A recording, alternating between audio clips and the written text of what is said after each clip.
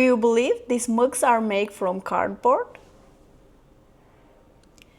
They actually look like ceramic. Let me show you how I made them.